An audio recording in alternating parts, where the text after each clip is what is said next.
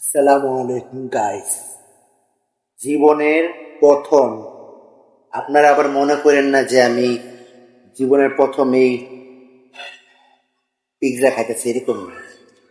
জীবনের প্রথম ইউটিউবের নিজস্ব টাকায় আমার ইউটিউবে যে ভিডিও দিই সে ইনকাম করে, সেই ভিডিও থেকে যে আমার ইনকাম হয়, সেই ইনকামের টাকায় আজকে আমি প্রথম এই পিৎজাটা কিনলাম আমার ইউটিউবের ইনকামের টাকায়। এর আগে আমি আরো অনেক পিৎজা বার্গার খাওয়া হয়েছে, কিন্তু এই প্রথম এটা হলো আমার ইউটিউবের ইনকাম।